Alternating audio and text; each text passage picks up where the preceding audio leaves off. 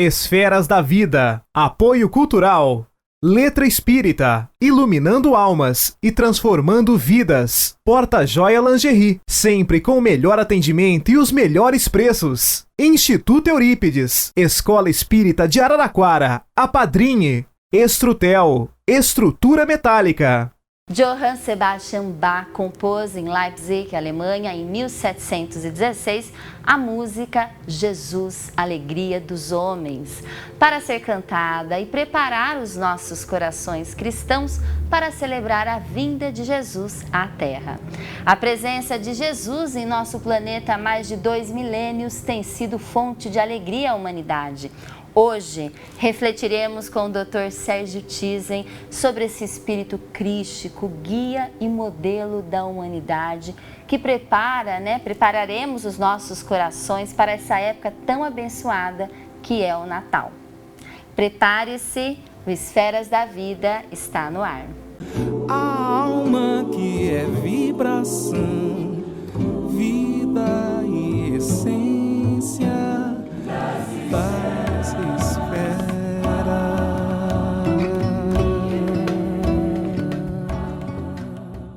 Transmitido pela TV Cultura Paulista, pela Rede Amigo Espírita e pela TV Mundo Maior, um olhar sobre a doutrina espírita começa agora.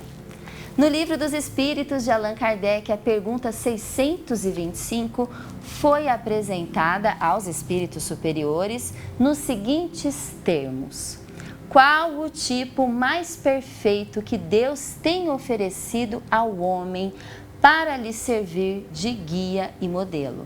Os espíritos ali presentes, comprometidos com a codificação da doutrina espírita, respondem direta e brevemente: Jesus. A nossa conversa com ele, Dr. Sérgio Thyssen, seja sempre muitíssimo bem-vindo ao Esferas da Vida. Muito obrigado, Priscila. Muito obrigado a todos vocês.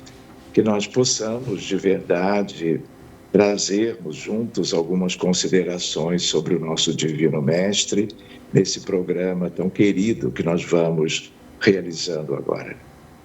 E a gente faz questão de apresentar o Dr. Sérgio Thyssen, que é médico clínico geral, cardiologista, foi professor de medicina de inúmeras faculdades do Rio de Janeiro, bacharel em física pela Universidade Federal do Rio de Janeiro, expositor espírita, estudioso da fronteira entre a medicina e a espiritualidade, esteve em mais aí de 30 países divulgando o espiritismo. O seu pai, Francisco Thyssen, foi presidente da FEB, da Federação Espírita Brasileira, de 1975 a 1990, e o Dr. Sérgio também já foi membro efetivo do Conselho Superior e Fiscal da FEB por 24 anos. Dr. Sérgio, vamos começar o nosso primeiro bloco com uma reflexão que certamente nos levará a profundos sentimentos de gratidão. Para que o homem, para Jesus, para o homem, guia e modelo de quê? Muito bem, meus amigos. É importante nós considerarmos que a Terra é um planeta de expiações e de provas e, portanto, a sua humanidade é uma humanidade bastante imperfeita. Não é? A nossa coletividade, segundo Emmanuel, no total, compõe-se de 22 bilhões de espíritos humanos. Hoje em dia temos 8 bilhões de encarnados e aproximadamente 14 bilhões de desencarnados. Mas nós somos, dentro da ideia da escala das humanidades e dos mundos, a Terra está ainda muito mais para baixo do que para a condição mediana ou para o alto. Então, nós todos somos muito deficientes do ponto de vista moral, do ponto de vista espiritual. Até em função dos avanços da ciência, nós temos conquistas maravilhosas envolvendo as ciências de um modo geral. Mas do ponto de vista filosófico, moral, Nós temos problemas seríssimos na humanidade, sempre tivemos, continuamos tendo, aliás, problemas que quase que por um prisma se agravam dia a dia, século a século. E isso traduz a nossa condição global, universal, moral da Terra.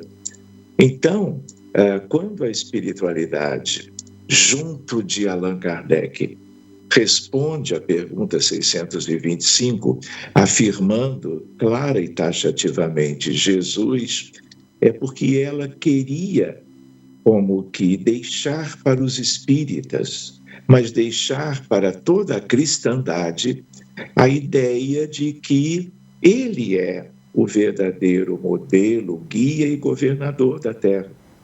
Nós tínhamos que ter essa noção. A dificuldade, amigos, a dificuldade, Priscila, é que os espíritas no planeta Terra ainda somos muito poucos. Nós somos um percentual mínimo. Então, mesmo assim, entre nós espíritas, nós precisamos reafirmar isto. Imaginemos para aqueles cristãos e não cristãos o quanto isso é preciso que seja esclarecido, bem definido, para que as pessoas se valham dos ensinamentos dele, pelos evangelhos de Mateus, Marcos, Lucas e João, devidamente bem estudados pelas luzes da doutrina espírita, para que nós saibamos evoluir, buscar o progresso e, consequentemente, a nossa redenção e a nossa felicidade. Então, como sempre tivemos na Terra inúmeros seres humanos, pessoas que foram de muita liderança antes dele e depois dele, todos foram úteis, todos ajudaram, mas ninguém foi comparável a Jesus. Então, para que as pessoas não tivessem dúvidas, não é? No âmbito da doutrina espírita, a espiritualidade deixou isso muito bem claro, de tal maneira que não houvesse dúvida, mas mais do que isso, que nós nos sentíssemos confortáveis e seguros para buscar os seus ensinamentos, porque ele veio para isto há 2000 anos. Na verdade, ele é, vamos dizer, o educador sublime. Se eu me lembrar, por exemplo, de Clemente de Alexandria, ele diz de Jesus que ele é o pedagogo da humanidade, o educador da humanidade. Então isso precisa ser enfatizado, para que nunca ninguém tenha dúvida achando que ele é o Senhor dos cristãos, mas ele não é só dos cristãos, ele é o governador da Terra. E se nós pensarmos melhor, Priscila, ele é co-criador da Terra. Se você lembrar de Emmanuel, no livro A Caminho da Luz, sobre a mediunidade linda de Francisco Cândido Xavier, você vai ver Emmanuel dizendo que nos tempos em que a Terra ainda se resfriava, portanto ela tinha uma certa incandescência, Jesus já era um espírito crístico. Isso se deu há 3,5 bilhões de anos, para que nós comecemos a ter uma ideia sobre ele. E uma outra lembrança, talvez interessante e útil para nós, é a ideia de que o espírito de verdade que esteve juntinho de Allan Kardec e dos espíritos todos da codificação, convidados para fazerem parte deste empreendimento extraordinário, que é a doutrina espírita para a humanidade, o espírito de verdade estava ao lado de Kardec. Quem é o espírito de verdade? É Jesus. Então tudo se encadeia, graças a Deus, para que não pairem mais dúvidas, para que até não só os espíritas, mas os cristãos de um modo geral, mas além disso, toda a humanidade daqui para frente, conhecendo estas questões, todos valorizem Jesus, valorizem a sua condição de excelsitude, para que nós tenhamos o norte da evolução, que se refere aos ensinamentos dele. Ele como o divino, sublime educador, e ao mesmo tempo, pelas nossas condições morais tão deficitárias, o médico para as nossas almas enfermas. Porque nós não podemos esquecer, não é, Priscila? Claro. Nós podemos levar o homem à lua, nós podemos ter prodígios da inteligência artificial, mas nós somos um grande hospital de almas. E tudo isto carecendo de progresso, redenção e cura em parâmetros de vida eterna. Quando o senhor diz, né, a gente fala muito que Jesus é um espírito crístico, existem características que a gente consiga de alguma forma entender o que é ser um espírito crístico? É excelente, Priscila. Veja só, nós aprendemos na obra básica da codificação espírita a hierarquia dos espíritos e a hierarquia dos mundos, no mesmo o Livro dos Espíritos, Allan Kardec. Sim. Então, do ponto de vista dos mundos, nós temos mundos primitivos, mundos de expiações e provas, mundos de regeneração, mundos ditosos ou felizes e mundos puros. Na mesma obra, nós vamos estudar uma divisão muito didática, valorizando espíritos não só da Terra, mas poderíamos dizer de todo o universo. Nós temos espíritos de terceira ordem, que são espíritos inferiores de um modo geral, dos quais o planeta Terra está repleto. Nós temos espíritos de segunda ordem, que são bonzinhos, benévolos, úteis, que já avançaram em muitas coisas, e nós temos o grau mais diferenciado na evolução moral e espiritual, que são os espíritos de primeira grandeza ou de primeira ordem. E ali nós vamos estudando a ideia de espíritos puros, espíritos puríssimos. Mas Jesus é superior a tudo isto. É claro que ele é um espírito puro, puríssimo, mas os Cristos de Deus são espíritos que se diferenciaram ainda muito mais. E são exatamente, para termos uma referência, os espíritos que governam planetas e humanidades. Então, a Terra tem outros espíritos puros, como que fazendo parte de uma assembleia divina que rege a Terra. Mas quem é o governador? Um Espírito Cristo que se chama Jesus de Nazaré. Se eu penso no planeta Júpiter, lá temos uma humanidade muito mais evoluída do que a nossa, porque a da Terra é a considerada mais atrasada de todas do Sistema Solar. Então, em todos os planetas onde existem humanidades, em todos eles, quem os dirigem são espíritos da condição de um Cristo de Deus, que evoluiu muito mais do que os outros em ciência universal e em amor e bondade. Aqueles que estão, vamos dizer assim, distribuídos por todo o universo, mas mais próximos de Deus.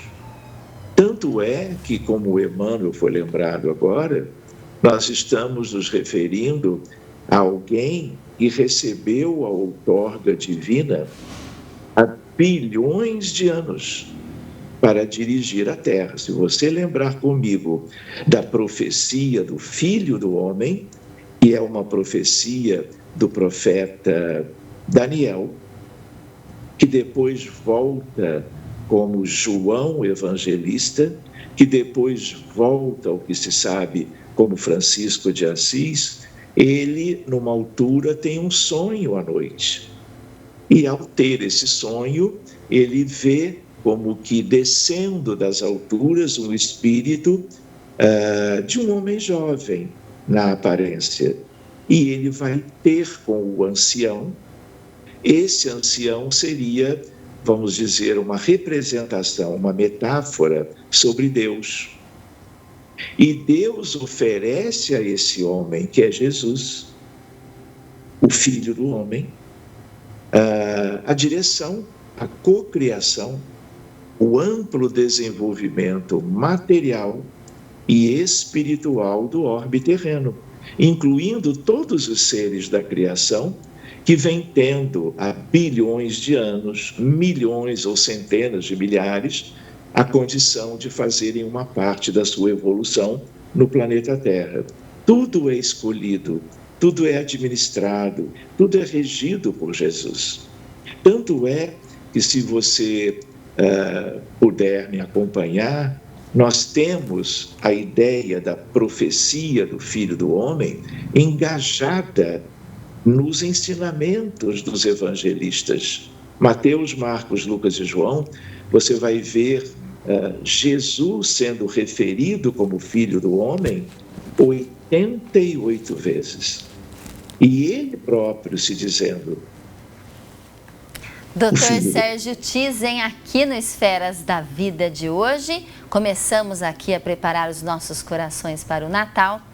Você sabia que foi numa noite de Natal, o Natal de 1873, que a prece de Cáritas, tão conhecida e divulgada entre os espíritas, foi recebida? A prece foi ditada em 25 de dezembro por Cárita, que era um espírito de muita evolução, integrante da equipe que trabalhou na codificação do espiritismo.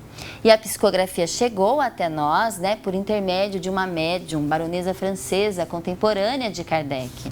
A envergadura moral da comunicação dessa prece faz dela, inclusive, com bastante distinção, ser reconhecida como uma grande prece, uma grande amorosa oração. E é por meio da inteligência artificial que foi possível imaginar o nosso querido médium Chico Xavier realizando esta prece. A gente passa aqui para vocês no Esferas da Vida, vamos conferir. Momento Chico Xavier.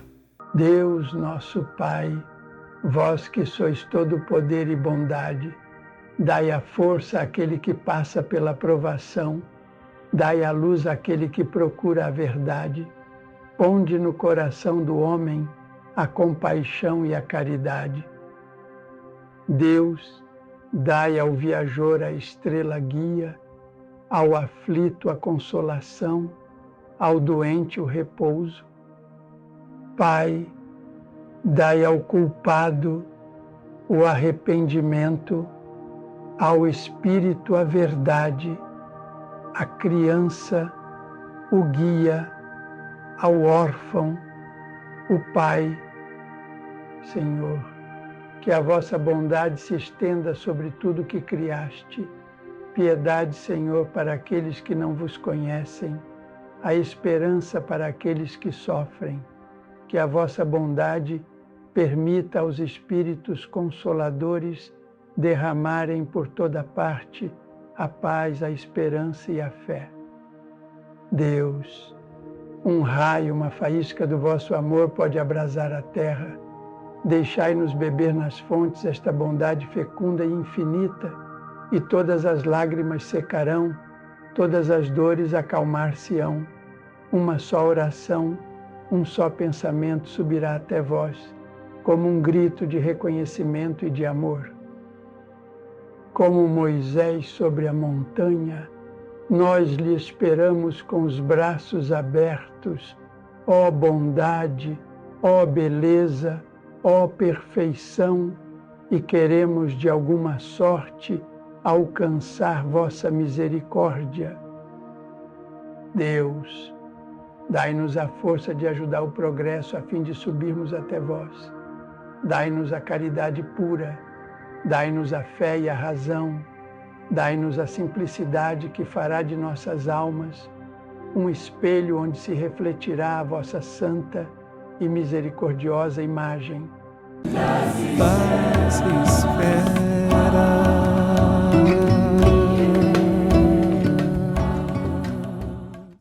Estamos muito felizes em compartilhar esse momento tão especial com nossos clientes e amigos. A nossa nova série não é somente um espaço ampliado, é o nosso compromisso contínuo de um atendimento excepcional e concretizar os sonhos de todos aqueles que confiaram em nossos trabalhos. Venha conhecer nossa nova sede. Aguardamos a sua visita.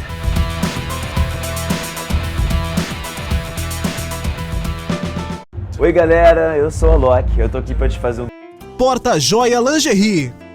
Hoje é dia de fazer aquela comprinha. Adivinha onde eu estou? Aqui na Porta Joia Lingerie. E olhem só quem vai me atender. É uma honra ser atendida pela Cidinha aqui no Porta Joia, que eu amo, Cidinha. Obrigada, querida. Realmente você é sempre presente conosco. E a honra é minha, na verdade, atender a Priscila, que tem um bom gosto fenomenal. Ela tá sempre posta, sempre preparada. Eu adoro. Sou super sua fã, viu? Assisto os programas. Então hoje eu vou mostrar para Priscila a nossa coleção verão, gente. Verão, porque o inverno não vai chegar. Não acredito mais nele. Então, como a gente está sempre antenado nas melhores, em tudo que vem pela estação, as melhores qualidades, os melhores modelos, a gente está sempre buscando. Trouxemos agora a coleção da Daniela Tombini, da Fruit de la Passion, da Reco, uma infinidade delas, na verdade. Nós trabalhamos com algodão 100%, você sabe, né? E depois, seda pura, liganete, o modal, que é aquela viscolaicra deliciosa para o nosso clima. É um tecido que abraça o seu corpo. Enfim, o que você procura de lingerie, você encontra na Porta Joia. Quem sabe aparece, não é, Pri? Isso mesmo. Hoje foi a minha vez e daqui a pouquinho pode ser a sua. Vem pra cá, pra Porta Joia Lingerie. Porta Joia Lingerie, sempre com o melhor atendimento e os melhores preços. Paz espera.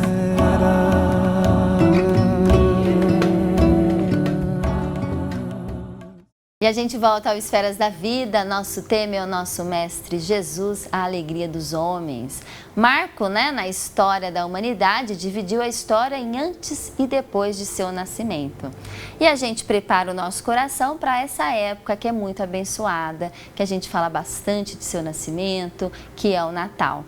E nós temos o nosso minutinho de muito amor pelas mãos do perfil @desenhoquefala, todo o programa aqui no Esferas da Vida.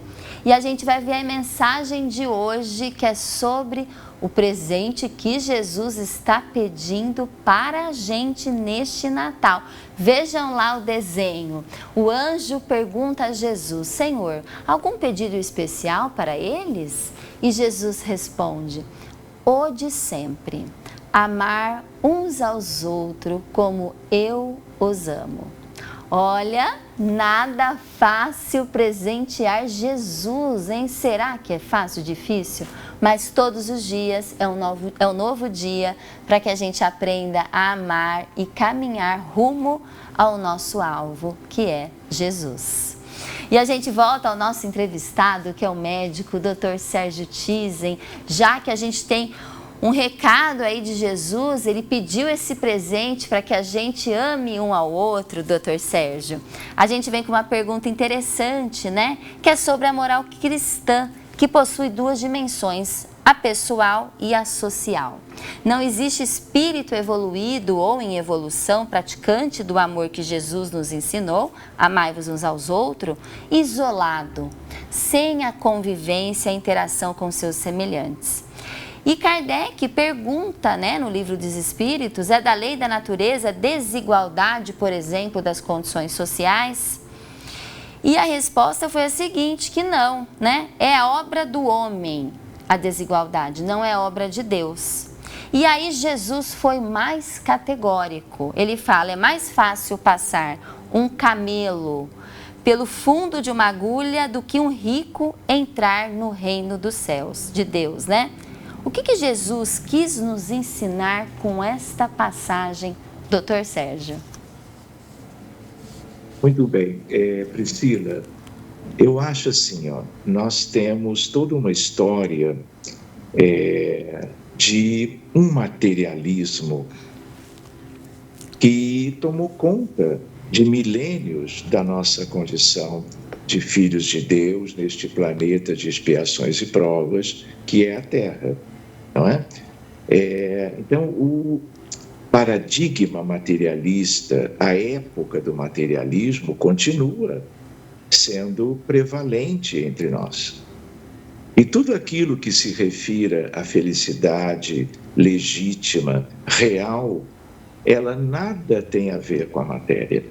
Mesmo que nós saibamos que as pessoas precisam ter alimento, vamos dizer, conforto do lar, terem elementos próprios da vida material, tudo isto é algo que tem o seu valor, mas que nós deveríamos associar aos verdadeiros bens para cada filho de Deus e para a humanidade toda, que são os bens espirituais. Não adianta que nós acumulemos aspectos da riqueza que costuma ser buscada, vivida, valorizada pela imensa maioria dos seres da humanidade da Terra, porque justo isto é como que um caminho para dificuldades morais.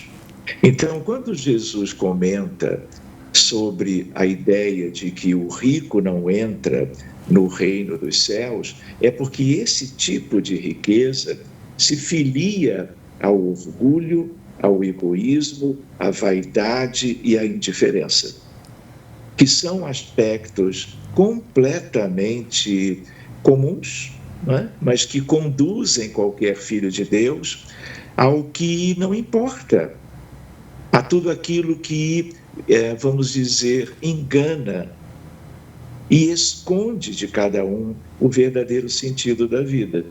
Então, nós vivemos uma grande ilusão há milênios, não é? Buscando a níveis diferentes, não é? As conquistas daquilo que o mundo tem, que é examinado pela visão do ser humano, mas que nada serve, porque a verdadeira felicidade, ele também não disse, não é deste mundo, porque este mundo vem privilegiando os bens materiais de todo tipo, criando embaraços evolutivos e distanciamento de qualquer um de nós daquilo que realmente se faz importante e necessário.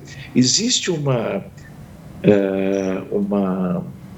vivência, não é parábola, uma vivência que tem a ver com o que você trouxe, que é a história do mancebo rico.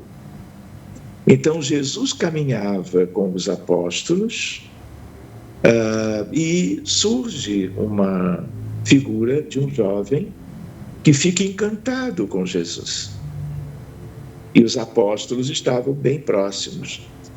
E aí, esse mancebo, que era um jovem, ele pede para ficar perto de Jesus, para que dali para frente ele o acompanhasse, porque ele se projetava, se sentia igual aos apóstolos, podendo ter a oportunidade de acompanhar Jesus em todo o trabalho dele, na visita às multidões e assim por diante. Só que a visão de um espírito superior, de primeira grandeza, eu diria primeiríssima, de um Cristo de Deus, nada passa desapercebido. Claro. Para nós, sim, mas para Jesus nunca isso aconteceu.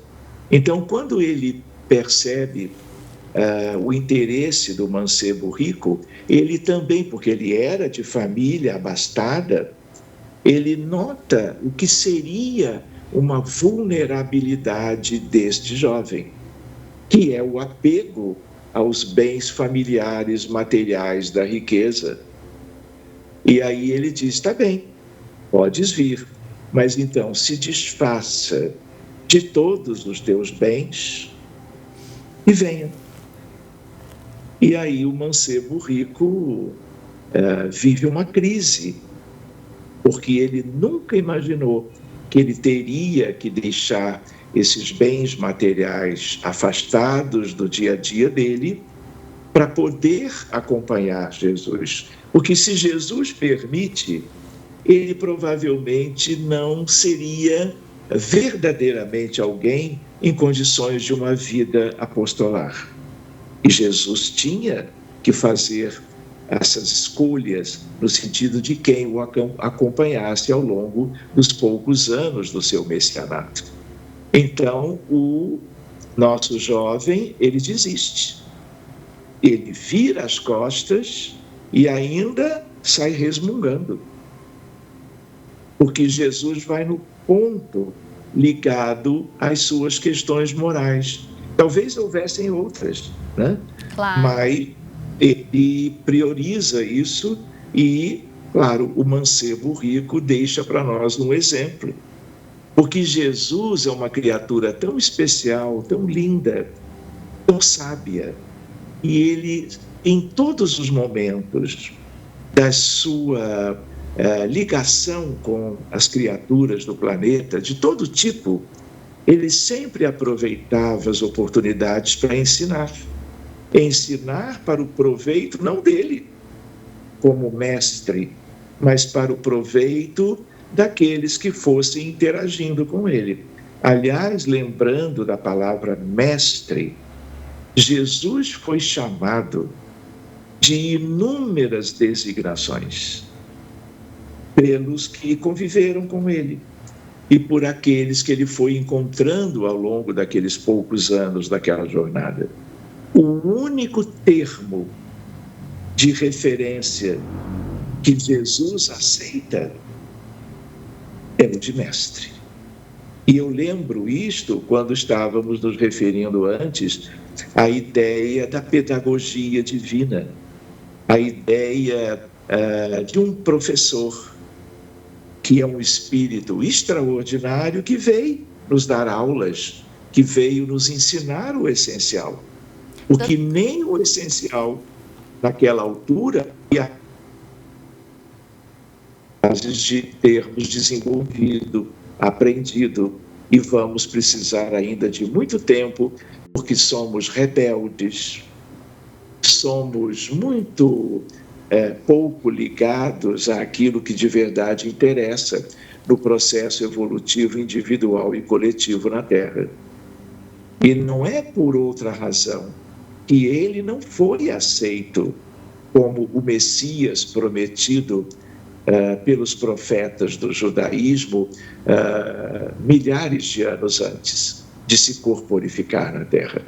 De tal maneira que nós vamos vendo o quanto nós precisamos valorizá-lo em todos os sentidos. O quanto o próprio espírita, que além dos evangelhos, dos evangelistas, juntando todos os ensinamentos do Novo Testamento, envolvendo Atos dos Apóstolos, envolvendo as epístolas ou cartas de alguns deles, envolvendo o Apocalipse de João, juntando isso tudo, temos Jesus.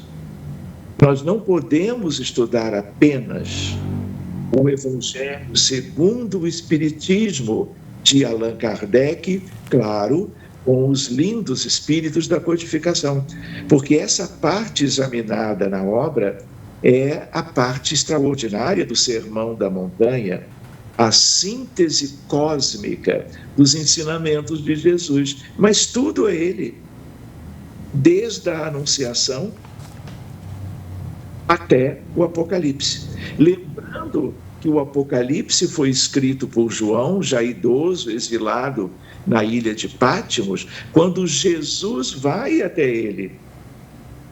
E ele tem a visão de Jesus ao lado de um centurião. E Jesus diz: João, a tua missão não terminou. Porque ele era velhinho. Ele tinha sido exilado em Pátmos, na Grécia. Todos os outros apóstolos, afora João, morreram sacrificados violentamente.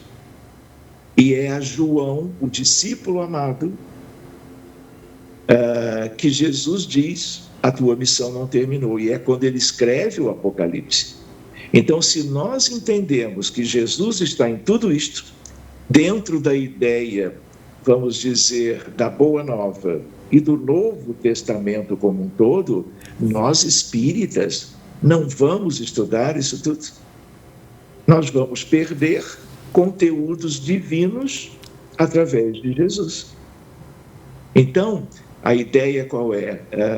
Jesus está em tudo, naquilo que interessa à humanidade. Nós só temos que refletir, nós temos que valorizar. Não basta a leitura desta obra maravilhosa, que realmente nos adianta muito, mas não é extraordinário. Claro. Nós temos a certeza que Jesus está como que iluminando todo esse conjunto de conhecimentos que Ele disponibilizou para nós, para que não nos faltasse nada. Então, nós estamos aí precisando refletir nisso tudo. Nós precisamos valorizar a ideia de que o Espiritismo é o Consolador prometido. Quem prometera? Jesus de Nazaré, 2000 anos antes.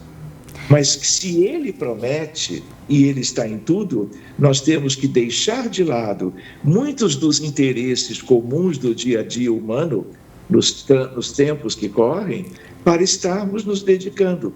Porque se nós não conhecemos, porque não estudamos, isso não vem do conteúdo para dentro, que é o que importa. Não adianta você saber todos os versículos decorados, porque se familiarizou e estudou muitas vezes. Nós temos que reestudar até que isso faça parte como que do nosso tesouro pessoal. Até que isso vire vivência, que vire prática, não é, doutor Sérgio? Saber é algo, agora praticar já... Exato. A incoerência... Dificuldade enorme nossa. Com certeza. Isso quanto aos cristãos e aos espíritas. Claro, Olha, claro. O movimento espírita no Brasil. É o nosso grande desafio, né? Quantas dificuldades. Você lembrou, não é? O amai-vos uns aos outros. Olha as dificuldades que nós temos no âmbito daqueles que supostamente estudaram o Espiritismo. Quantas desavenças, quantas dificuldades. Isso tudo precisa ser superado, vencido. E como vamos fazer isso? Jesus já veio, não é? E deixou todo esse maravilhoso legado para nós. Então, nós nunca podemos acreditar que nós já estamos fazendo tudo o que é certo. É isso Por mesmo. isso, o estudo doutrinário, o Evangelho de Jesus, a obra de Emmanuel, toda ela, tanto no sentido dos romances, como no sentido dos livros que trazem conteúdos doutrinários, e outros livros que eu não vou comentar agora, que trazem os evangelhos muito bem explicados para nós. Mas nós temos que ter a condição de irmos estudar tudo isso com o objetivo de uma nutrição espiritual, um banquete de luz, de amor, de substância divina. Porque Jesus é isso tudo. Com certeza, doutor Sérgio.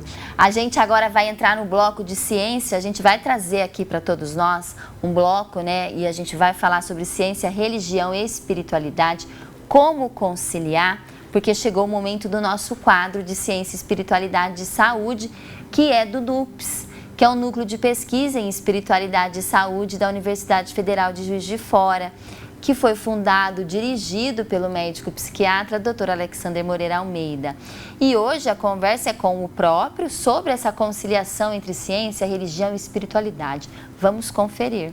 Ciência, Saúde e Espiritualidade. NUPS, Núcleo de Pesquisa em Espiritualidade e Saúde, da Universidade Federal de Juiz de Fora.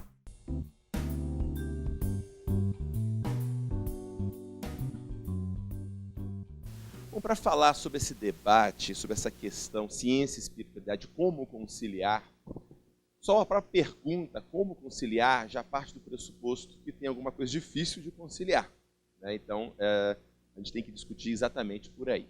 Para começar, nós vamos brevemente tocar em definições. Há várias definições de espiritualidade, religião, religiosidade. Nós vamos utilizar aqui, para termos práticos, essas duas definições.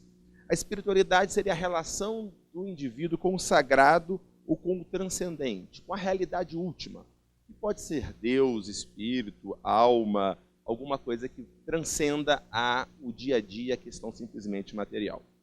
E a religião pode ser compreendida como um sistema organizado de crenças, de práticas e de símbolos para facilitar essa conexão com o sagrado e com o transcendente.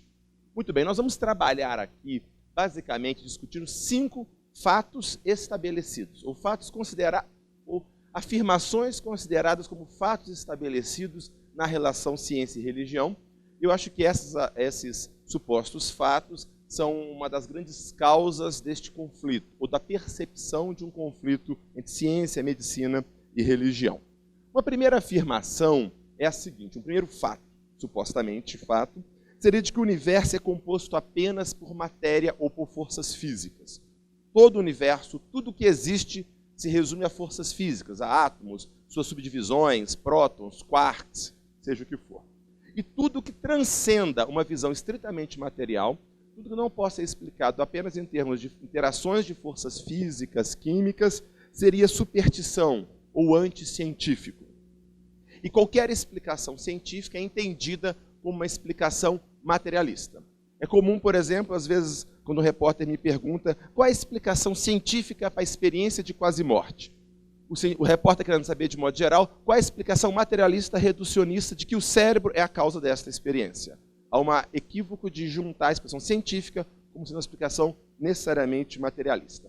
Segundo tópico, a ideia de que o cérebro produz a mente. É tão repetido isso, né, de que o cérebro produz a mente nada mais é do que um produto da atividade neuronal, atividade elétrica e química de nosso cérebro.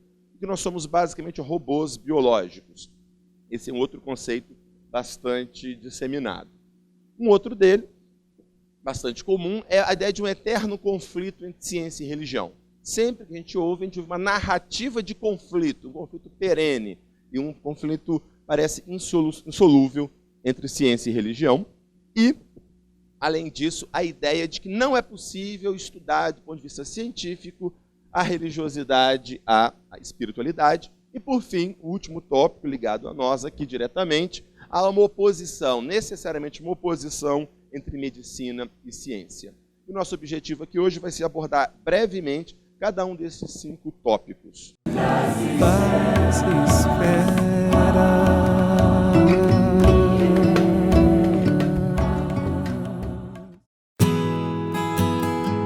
A Casa Editora O Clarim divulga há mais de um século a luz e o conhecimento da doutrina espírita com valioso conteúdo, de belíssimos romances a esclarecedoras obras doutrinárias. Conheça, divulgue e compartilhe a lucidez do Espiritismo. Casa Editora O Clarim. Acesse www.oclarim.com.br.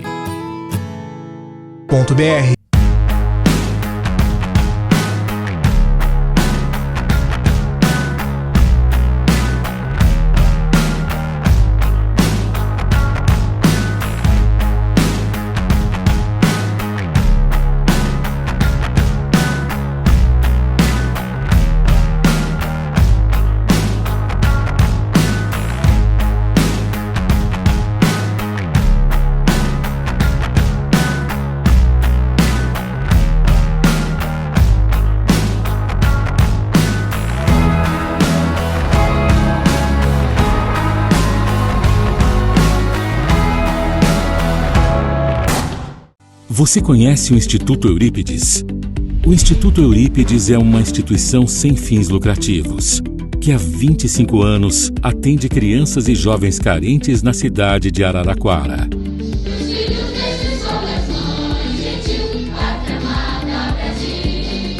Atualmente atendemos 187 crianças e adolescentes entre 6 e 15 anos no contraturno escolar e oferecemos a eles esportes em área coberta, meditação, aulas de dança e interação com a natureza, e outras atividades como aulas de música, inglês, artes plásticas e informática. Além disso, oferecemos para nossos alunos lanche da manhã, almoço e lanche da tarde. Tudo isso de forma gratuita. E por isso precisamos de você. Ajudando o Instituto Eurípides, você colabora com a manutenção da nossa instituição. Quer saber mais de como ajudar? Ligue 16 3331 5960. Instituto Eurípides, há 25 anos mudando a história de crianças e jovens em vulnerabilidade social. Paz espera.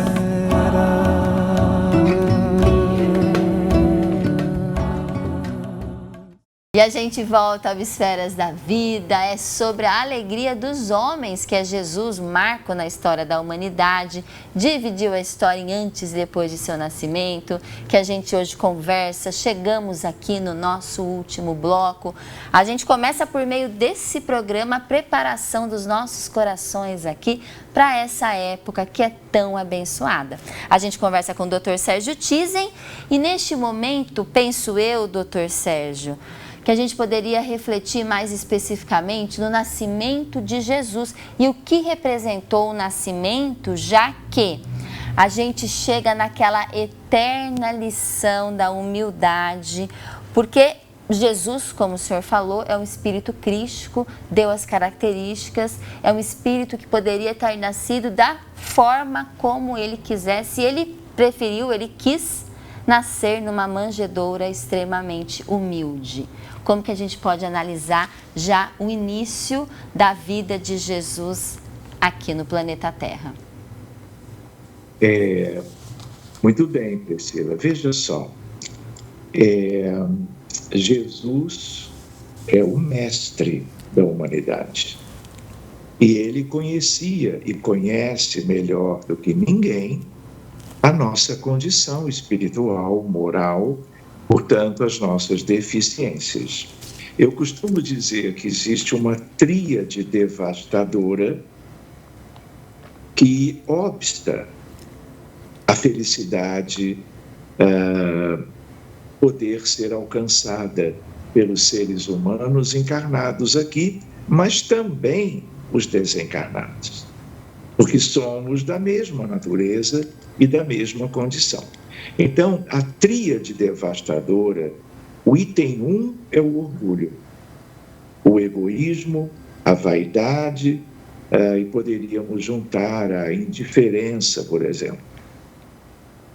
Então, quando ele, conhecendo toda a realidade da Judéia, da Galileia, do judaísmo, do sinédrio, dos hebreus de um modo geral, lembremos-nos de que ele escolheu ele que é da estrela. Quando ele vem para cá, ele deixa o seu trono solar e vem ter conosco. Viaja 150 milhões de quilômetros e se torna visível e tangível na Terra, para cumprir aquilo que ele próprio programou. Ele não precisava de ninguém para assessorá-lo. Então, quando ele escolhe a Maria de Nazaré para ser a sua mãe espiritual, José da Galileia para ser o seu pai espiritual, ele sabia destes dois espíritos. Eles são convidados de Sírius, a estrela mais brilhante dos céus da terra. E os dois vêm para cá, como vieram uns poucos outros, também convidados por Jesus. De tal maneira que ele elabora o cenário que poderia já ser uma marca para que a humanidade, quando pudesse reconhecê-lo como o Messias prometido, entre judeus e não judeus, não é? Que soubessem da simplicidade, da humildade, da delicadeza das questões morais essenciais, e não do brilho, e não das coisas dos poderes temporais humanos, como, por exemplo, do Templo de Jerusalém, do Sinédrio, dos doutores da lei, cheios de orgulho, vaidade, egoísmo, prepotência, tudo que sempre foi objetivo do Cristo ensinar, para que cada um depois se afastasse disso e entendesse que a felicidade nunca ninguém alcançaria guardando no coração o orgulho, o egoísmo e a vaidade. Então, ele monta com a sua mente brilhante, extraordinária, a única desta natureza que a Terra já viu um dia, como que ele poderia sensibilizar as criaturas. A ideia dos pastores que largaram o pastoreio quando souberam pelo anjo que o Messias já tinha chegado. Os pastores largam o pasto e vêm a Jerusalém, vêm a Belém de Judá. Os outros, que eram os magos, eram mais inteligentes, eram um pouco mais orgulhosos, e aí eles escutaram o mesmo anjo, mas não acreditaram de imediato. E aí vem a estrela de Belém. A estrela de Belém é uma criação dos grandes espíritos, para nortear, para guiar os reis magos, que depois iriam ter na estrebaria, na manjedoura, junto dos pastores, dos animais e de familiares, vamos dizer, da família de Maria e supostamente de uma família ligada à genealogia de Jesus. Então, ele estava construindo o que seria benéfico para a humanidade. Se você lembrar, uma das lições mais maravilhosas de Jesus tinha o mesmo objetivo. Era a última ceia, a última noite com os apóstolos e discípulos. E aí o que acontece? Ele se retira da mesa, deixa uma roupagem superficial e pede, enche uma bacia de água, se ajoelha diante dos apóstolos, pega um paninho simples e vai limpar os pés, mostrando a ideia, vamos dizer, da humildade do mesmo modo. Porque se ele não ensinasse isso àqueles que o conhecessem, o reconhecessem e o quisessem segui-lo, nem aqueles dos primeiros tempos teriam dado esse passo extraordinário. Essa lição é uma das que mais me tocou no livro Boa Nova, que Humberto de Campos conta tão bem a crônica. Aliás, como você mencionou Humberto de Campos, em meio a tantos ensinamentos, não é, que as pessoas busquem o livro Boa Nova. De Humberto de Campos, Francisco Cândido Xavier. Nós temos ali capítulos lindíssimos, belíssimos, como Maria Magdala, os 500 da Galileia.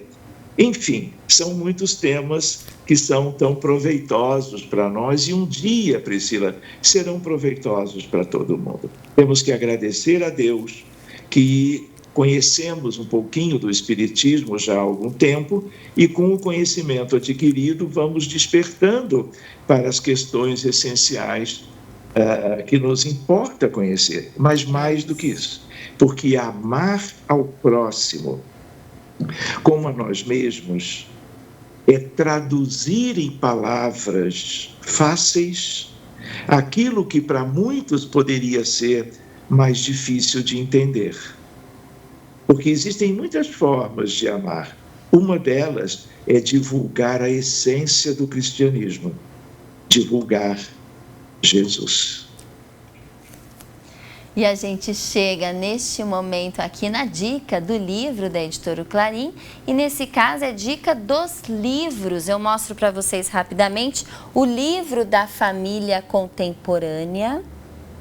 Esse livro é um convite à reflexão e à prática dos princípios espíritas no contexto familiar. Temos também a cremação na visão espírita. Muitas pessoas têm curiosidade com este tema. Também temos a cada um segundo as suas obras. Aqui fala de aborto, prostituição, exploração e destruição de famílias, uso de drogas. Também é um livro extremamente interessante. E temos um outro aqui da Sandra, Uma Alma Cética no Mundo Espiritual. A Sandra morre e não entendeu ainda que está morta e pergunta sobre vida após a morte. Ela não acredita e ela já está lá no mundo espiritual. Então são aqui umas dicas que a gente tem para o final do ano aqui da Editora Clarim. E vale lembrar sempre que a Revista Internacional de Espiritismo e também o jornal O Clarim continuam plenamente ativos, dando aí continuidade ao ímpar trabalho de divulgação de Caibar Schutel. Assine, receba aí na sua casa, seja um assinante digital. Todo mês são temas extremamente importantes, diferentes, aprofundamento mesmo, de muitos temas atuais e práticos à luz da doutrina espírita. www.oclarim.com.br. Dr. Sérgio Tizen, o nosso agradecimento hoje e sempre e para sempre, nosso parceiro aqui do Esferas da Vida. Que Jesus te abençoe plenamente na sua caminhada e na sua jornada de divulgação da doutrina. Muito obrigado pelo carinho, Priscila, e a você, a todos os seus familiares, a todos os amigos que estão na parte técnica, nos bastidores, tornando o nosso encontro possível. A todos vocês a minha gratidão, o meu abraço e que possamos estar juntos novamente em breve. Um Feliz Natal também a todos que estarão nos acompanhando nos próximos dias. Um grande abraço e uma gratidão imensa. Fiquem com Deus. Feliz Natal, a gratidão é toda nossa pelo Dr. Sérgio e por vocês também que estão aqui com a gente toda quinta-feira, 11 horas da noite, na TV Cultura Paulista, todo sábado, 10 horas da noite, na Rede Amigo Espírita e na TV Mundo Maior, e também estamos na rádio A Mais Morada, toda terça-feira, 7h30 da manhã, na região toda da cidade de Araraquara. Um grande beijo, fiquem com Deus e até a semana que vem, se Jesus nos permitir. A alma que é vibração, vida e essência, está nas luzes da sobrevivência, no transcendentalismo das esferas. Esferas da Vida, apoio cultural. Letra Espírita, iluminando almas e transformando vidas. Porta-Joia Lingerie, sempre com o melhor atendimento e os melhores preços. Instituto Eurípides, Escola Espírita de Araraquara, Apadrinhe. Estrutel, estrutura metálica.